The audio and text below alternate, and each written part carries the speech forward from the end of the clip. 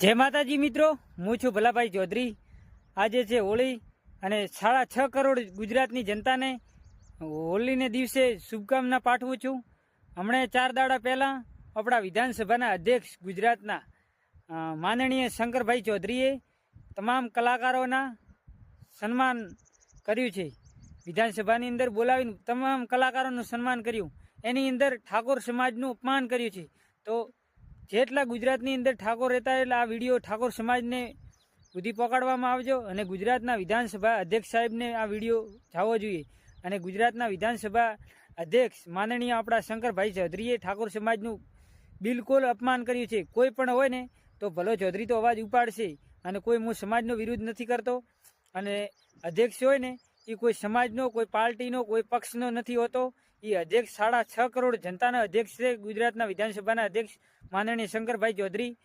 જે